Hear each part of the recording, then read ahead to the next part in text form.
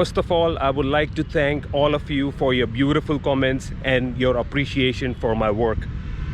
I really like you getting in touch with me even on Instagram, and I like that even females are watching my channel. I like their comments on the last video that I made. The comments on the thumbnail were, what is that green thing? Is it acid? Is it algae? Is it Predator's blood? Well, it's coolant. I know that you guys know it is a coolant, but I admire your sense of humor. So without wasting time, let's get on with this episode. Now, we did a test and we found out there were a few things off with the car. So first was the suspension. Now, the car is not sitting properly and it's pulling towards the right. Notice how the steering turns to the right by itself and the car just wants to go towards the right.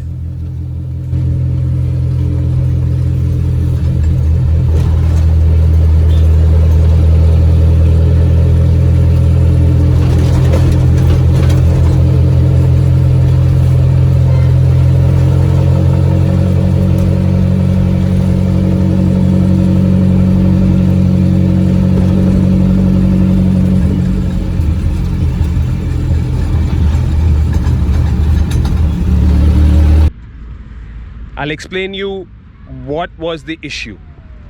When I say it wasn't sitting properly, it's all the four corners are not leveled.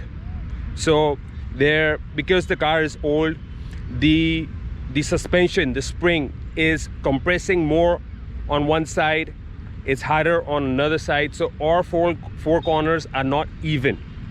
So because of that, we can't get the suspension geometry right. Second thing is the suspension itself, the front suspension. Now it was way off. I'll explain you what was the problem and how we solved it.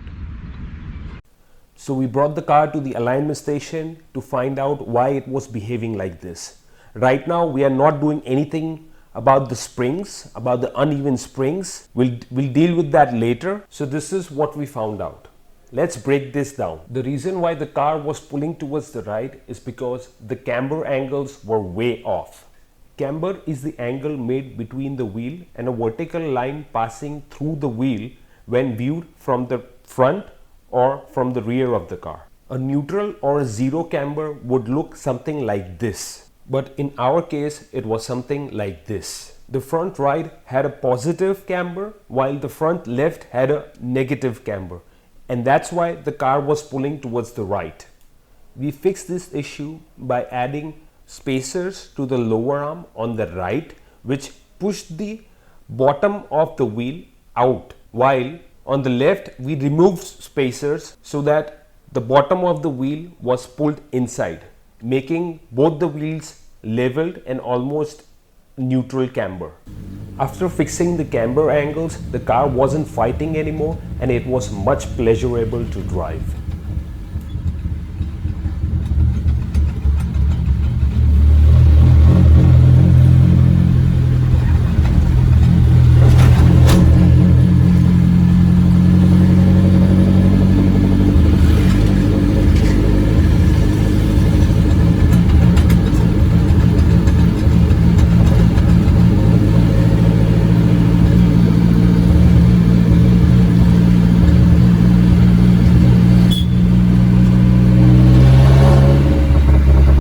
While performing another test, it was noticed that the car wasn't self-steering into oversteer by itself. Watch carefully how the front wheels just won't go into opposite lock like they should, even though the rear wheels have lost the grip.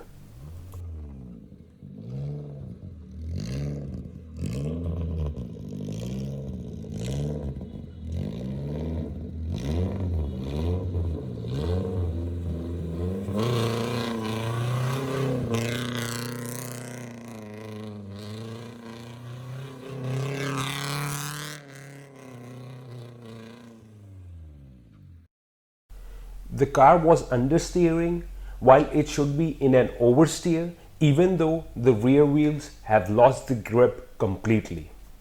First, let's understand what's oversteer. Now, when a car is traveling in a circular path, like while taking a turn, there is a force that acts on the car away from the center of that circular path. This is known as centrifugal force. Watch how the cylinders are just hanging, and as they start moving in a circular path, the centrifugal force pushes the cylinders away.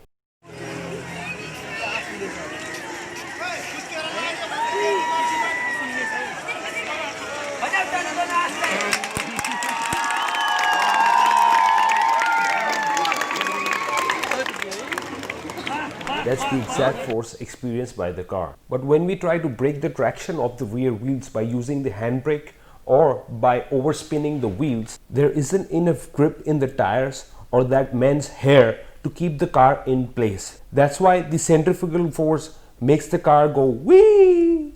But wait, the front wheels still have enough grip to keep the car in place. So the forces acting upon the car looks something like this. The front is gripping, so the centrifugal force can't shake it, while the rear has lost the grip and because of the centrifugal force wants to move away from the center of the circle. These forces rotate the car and make the car steer more than what it should. That's oversteer. And to control the oversteer, the driver turns the wheels the other direction to neutralize the car or to control the car from spinning out. And a controlled oversteer is a drift. Now in our case, the car was understeering and it was really hard to make the car oversteer and get into a drift. Let's understand why that was happening. That was because our caster angle on the right front was totally off. It was in a negative. Caster is the angle between the steering axis and a vertical line going through the center of the wheel when viewed from the side of the car or a bike. A positive caster angle is really important for stability, and in drifting it is important for oversteering and self-steering into a oversteer. I'll explain what I mean by self-oversteer later, but right now let's look at this bike or bicycle. When we draw a line from the center of the steering axis and the center of the wheel, we can see the positive camber angle it makes. When the contact patch of the wheel is behind the steering axis, it is said to be a positive camber or a positive trail. In bikes and motorcycles, it's known as rake and trail, but essentially it's the same thing. Now with the positive camber, let's see how the steering behaves when I apply the force on the bike from left to right. The steering turns right by itself. This is because of the positive camber or the positive trail. Similarly, when the force is applied from right to left, the steering turns left. Now let's see what happens when we change the geometry of the bike a little bit. In this position, we get a negative trail, meaning to say the contact patch of the wheel comes before the point where the steering axis intersects the ground. Now let's see how the steering behaves when we apply a force from left to right when the camber is negative. The steering turns left. Similarly, when the force is applied from right to left, the steering turns right. This explains the behavior of the car and also gives us an insight of how self-steer works when there are lateral forces working upon the car. We fix this issue by adding more spacers to only one end of the front right lower suspension arm. Unfortunately, I forgot to click pictures after we added the spacers to only one corner of the suspension, but let me show you how it works. Let's assume this is our front right suspension. By adding spacers to only the rear corner of the lower arm, we effectively push that corner outwards. This moves the lower ball joint forward. So our lower arm moved from this position to this position after we added the spacers. This effectively also changes the steering axis. The orange line is the old steering axis, while the green line simulates the new steering axis, resulting in a positive caster in the end. Third thing is that we have one 95 tires on this car, on all fours. So if you can see over here, the tire is 195. Now, you know, that's a lot of grip for this engine that makes about, you know, 90 bhp. So what we did is we changed the rear tires to 165. Now that's the 165 rear tire. So what this is going to do is give us a smaller contact patch, and moreover what we have done is we have also raised the tire pressure above normal. Now normally you would fill in about 30 to 35 psi on this tire, but we have raised the pressure to 40 psi.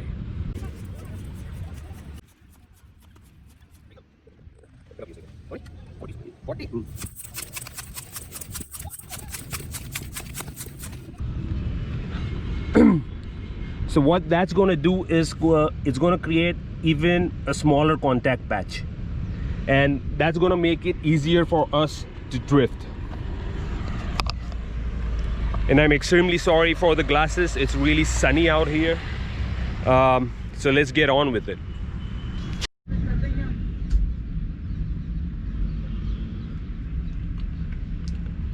So I didn't tell you that I don't know how to drift, but I have some experience because when I was 16, 17, I used to race. I used to race in the FISME series. So I do know a little bit of car control, and that's obviously gonna help, but we're gonna learn how to drift together. So first thing I'm gonna do is we just gonna do donut, and then we're gonna do donut with opposite lock. So the wheels will be pointing another way and we'll be donuting another way.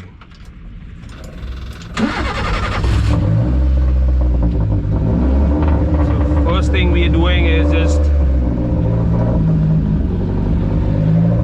I'm gonna clutch kick the car so it gets into drift.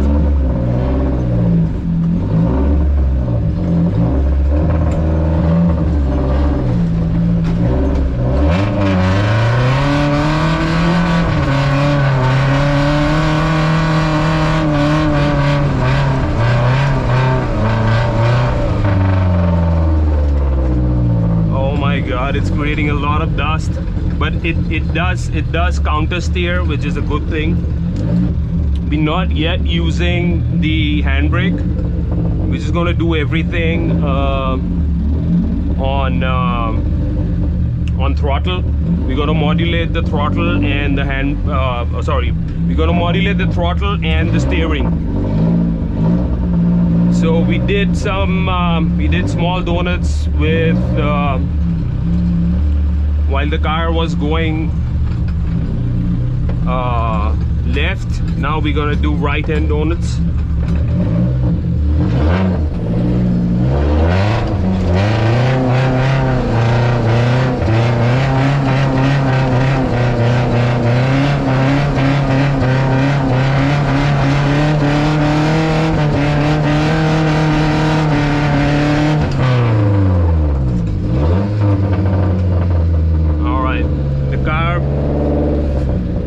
Does beautiful donuts. You can see the marks over there and the marks over there, and it is doing nice counter steering, since you know we fixed the suspension. So our donuts are still, you know, not on the spot.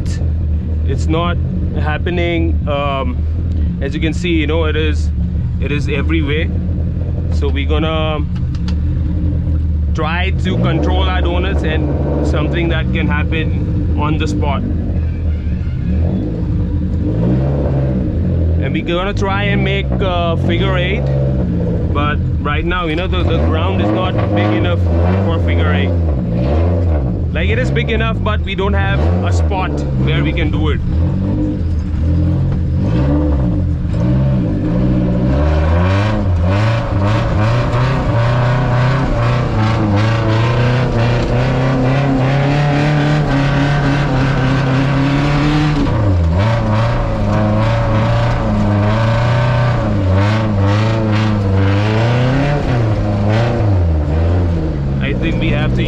handbrake because it's not getting in, it's not transitioning properly. Transition is not happening smooth.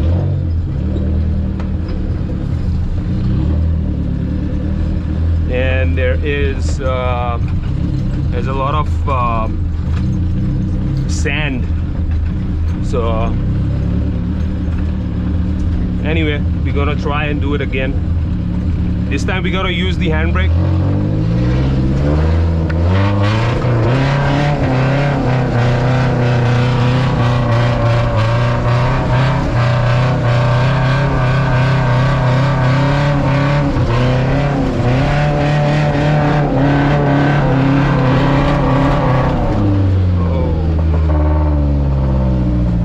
Overheating, so we're gonna give it a rest. While we stop, you know, we're gonna, oh my god, we're throwing a lot of dust. Let's just try the handbrake. So that's my brother.